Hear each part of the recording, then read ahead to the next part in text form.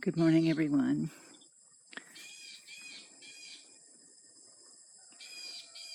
Today, the offering is Living Love, and I start off with a pretty popular quote from the Cambridge New English Bible, 1 Corinthians chapter 13, verse 4.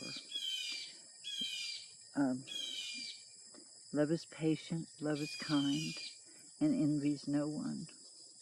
Love is never boastful or conceited, nor rude, never selfish, not quick to take offense. Love keeps no scores of wrongs, does not gloat over other men's sins, but delights in the truth. There is nothing love cannot face. There is no limit to its faith, its hope, and its endurance. Each of us has higher and lower selves. Let us come to consider the low self in each other as we would a child who needs our patience, understanding, and sometimes guidance.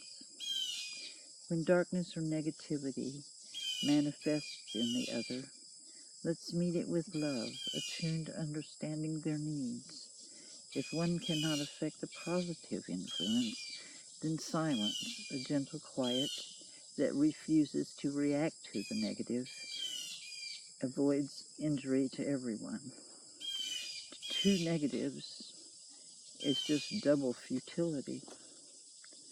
Let's put love first where it belongs.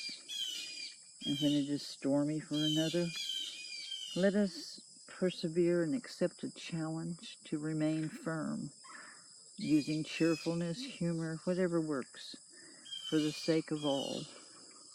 Remember, the highest form of justice penetrates the heart with understanding and pardons mistakes, passing over them like water washing everything clean, no matter how many times it takes. If we seek no purpose or goal between us to order and fill our days, we will harvest no fruit, we will have no direction.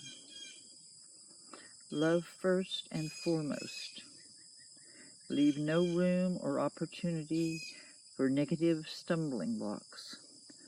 Consciously and with perseverance, replace each negative with a positive. It will be a rewarding discipline which will help keep out the garbage for a long, long, long time. Some negatives are envy, the me disease.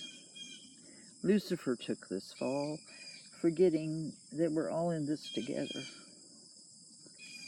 Jealousy is a monster in the world made from insecurity, pride, selfishness, ego, and fear.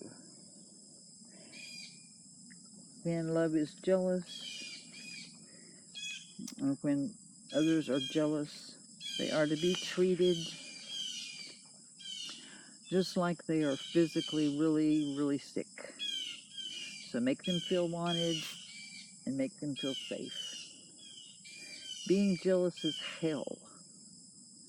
And watch out about punishing someone for jealousy. It's a miserable pit of emotion, and you could get a bad, bad backfire.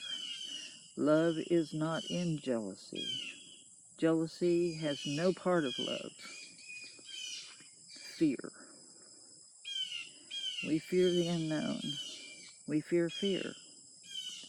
Lack of faith distorts the truth, and fear cripples a man. Trust God. Mistrust. To be able to trust is a blessing for all. Trust God to be in your life. And the one who breaks trust deserves pity and prayer. Think of one another, not of things. Despair. The bottom. Depression, stagnation, illness, darkness. Treat this with as much love as possible and pray together. Anger, frustration, fatigue, disappointment, embarrassment, injustice. Think objectively. Again, use humor. Anger at injustice is just. Ask God for enlightenment. Self-undoing. Not as you wish to be. Indifference. Honor your Creator's creation. You. And close the doors on the past. Egotism. Oh boy. This is Satan's wheelhouse, okay? Superiority complex, lonely power trip, love one another without judgment. A modest man is loved and achieves success. When our brethren states a negative, return a positive. Humor is a great healer, but if it's too hot, polite and quiet manners succeed even in the hardest times. No sarcasm, and a kind word turns away wrath.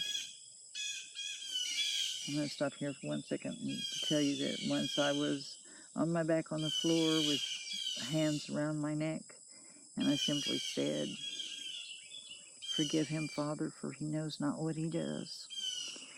And I'm alive today. When we do get into it, one idea is going to neutral corners and writing one page on our grievances, keeping it above the belt, and we then exchange the accounts and become each other's lawyers. We will learn this way and grow in the truth.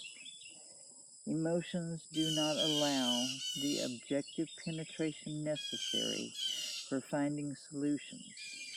We trust the love between us and take co-responsibility of the problems. Our love should affect those around us in a positive way. Love is not to be tested or questioned. When it dwells in the inmost heart, it should be accepted like the foundation of a building. And when love is the enduring foundation, and love of the good is the principle for living, you have union in the highest sense. When love is truly within you, ego takes a back seat. Love is all-powerful, and nothing your little self might loudly defend itself over, or nothing it might run and hide from, will ever defeat love. For love is more than we, and nothing we are is worth losing love. And nothing we think we are is worth losing love. Tenderness and trust. All of us are in it together. To be aware of togetherness as a state where the wounding of the other causes us the same pain.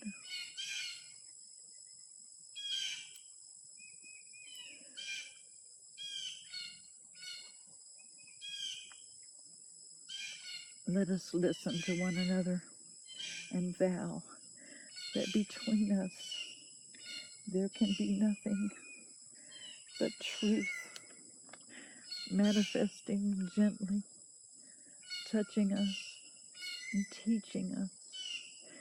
Let's pile our negatives all together so they aren't between us, and team up together against them. Let us help one another with love and goodness, kindness and humor. Let's not stand apart, fighting over our weaknesses, keeping them between us. Let's recognize each other as friends, with hands outstretched, committed to ride the storm together. Because If in adversity we battle and strike out at one another, the real culprits, wrong thinking, faulty emotions, unrealistic expectations, etc., will triumph and live to rise over and over and over again and again. Oh, think before speaking and acting what the source and what is likely result of your words or actions. Work toward the light and enjoy now time. Pay attention to what God and life shows you every day. Love God and trust God. And if we could love and trust enough, if only we could, we would be the happiest beings on earth. Amen. Thank you.